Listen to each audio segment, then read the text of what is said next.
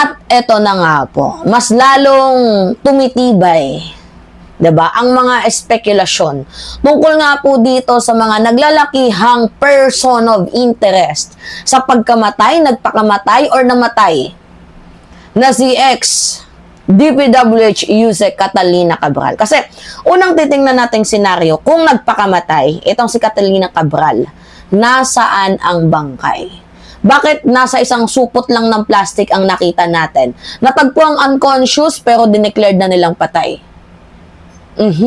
Mukhang hindi ata tama na ganon. Unconscious pa nung natagpuan nyo yung tao, tapos dineclared nyo na agad dead on arrival.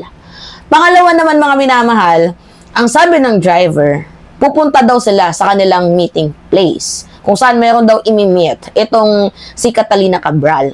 Pero bakit doon siya nagpakamatay sa malayo naman sa kanilang meeting place, kung totoo man na nagpakamatay? And pangatlo, si Catalina Cabral ay merong alam at merong malaking ambag, kinalaman, tungkol nga po dito sa pag-allocate ng 51 billion ni Pulong Duterte.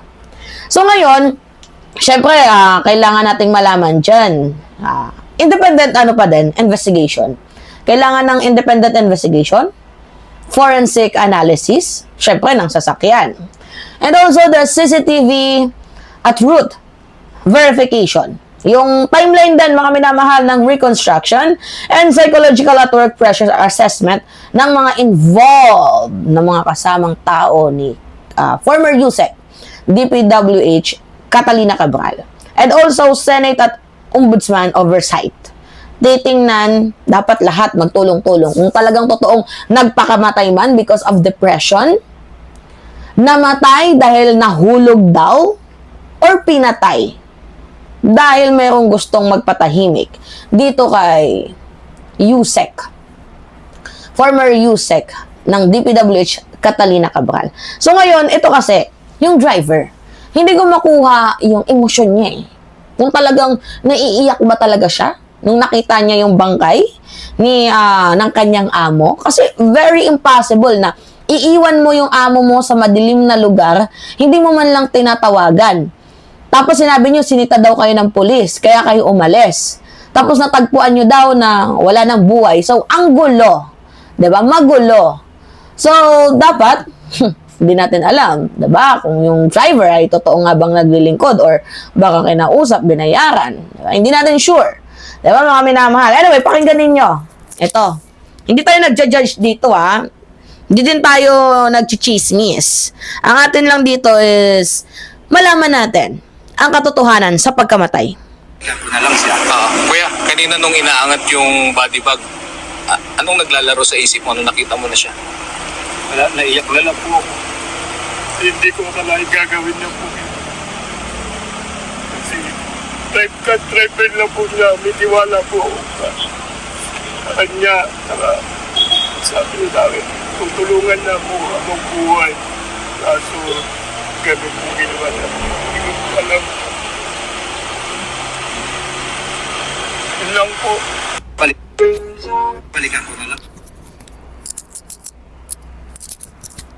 Sabi nga dito sa balita, Carlo Hernandez, the driver of former DPWH Undersecretary Maria Catalina Cabral, was emotional as the authorities retrieved her body. So, in a police report, Hernandez said Cabral asked him to stop along Cannon Road and Tuba Benguet. So, inask niya na mag-stop, 'di ba? Doon sa Cannon Road, sa Tuba Benguet. Pero, ang sabi sa report din, pupunta daw sila sa kanilang meeting. Pero hindi naman doon yung ruta ng meeting.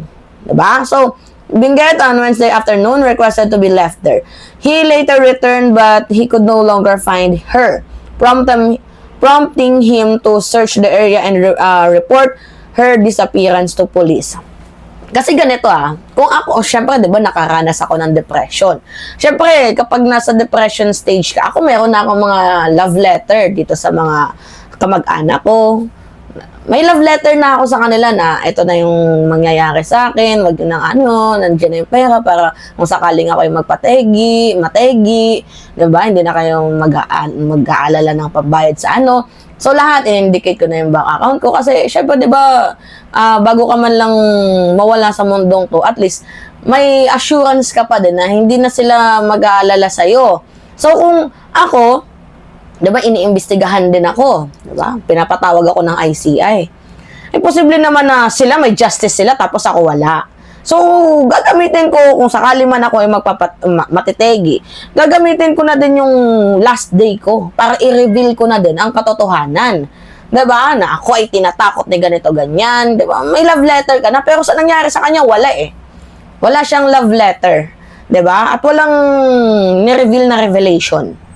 At saka yung pinakamalala dito, bakit sa isang supot lang na bag, pero hindi pinakita ang muka? Diba? So ano to? Another drama? Hindi naman basag-basag ata yung muka ni Catalina Cabral nung nahanap ng mga pulis yung kanyang katawan. Or kung si Catalina Cabral nga ba yun? Tanong lang. Diba? So, hindi kasi mawala yung unang-unang mga speculation natin, mga minamahal na, syempre, person of interest. Siya yung nag-reveal ng 51 billion ni Pulong Duterte. Akin na lang. Kapatid ko nga pala, guys, nandito. Yan, hinatiran niya ako ng gatas.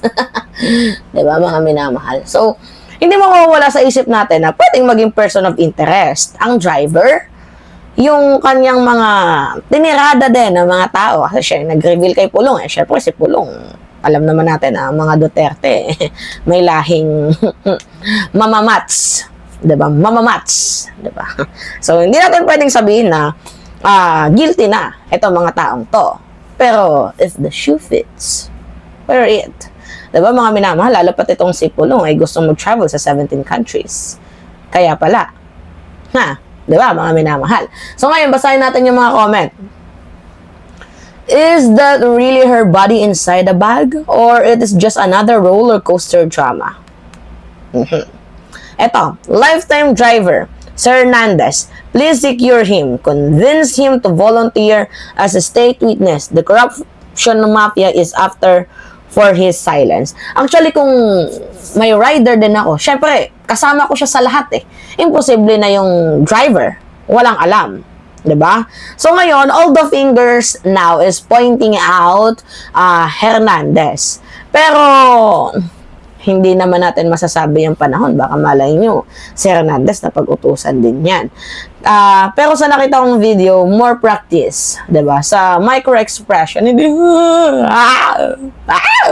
yung ganon. Practice more para magmukhang totoo yung drama mo. And I trust my instinct, mga minamahal. There is something wrong with the sense and this so-called driver. Diba? So, dapat lahat ng angles should be investigated and collect all the pieces of evidence. And we will find out. Find out kung sino nga ba ang nasa likod ng pagkamatay ni Catalina Cabral. So, to the drivers, lights, camera, action. Kasi there is something fishy. Diba? Lalapat pa bago-bago ng report. Nahulog daw ang kotse. Iniwan daw ng driver. Pero hindi naman sa meeting place. Huwag yun na kaming niloloko. Hindi naman ata kami pinanganak kahapon. Diba? So, condolence pa din sa pamilya kung totoo mang namatay itong si Catalina Cabral. Kasi noong una talagang medyo yung heart ko eh. Ay, namatay, babae. Diba? Pero, nung nasa-sense ko na, nasan yung bangkay? Hindi pinapakita yung bangkay. Hanggat hindi pinapakita ang bangkay, hindi ako naniniwalang patay. Diba? Baka malay mo, tinago ng mga DDS, char. Diba? Tinakot. Kaya nagpatulong na gumawa ng crime scene. Diba? So, hindi natin sure. Or baka yung mga pulis din na naghanap dyan ay baka kasabot din. Hindi lang natin sure. Tayo po ay nagtatanong lang kasi hindi pinakita yung mukha. Dapat pinakita yung mukha. Para malaman natin kung talagang patay na. Tapos dineclared nilang unconscious. Tapos maya-maya, dead on arrival na. Patay na daw. No. So, ano ba yung totoo? Diba? Mga minamahal. Alright, so kayo, ano yung masasabi ninyo sa cases na to? Yan it's me again mga minamahal, Alicia nyo. Nagbabalik muli para sa ating panibagong video. Maraming salamat at ingat, mga kababayan!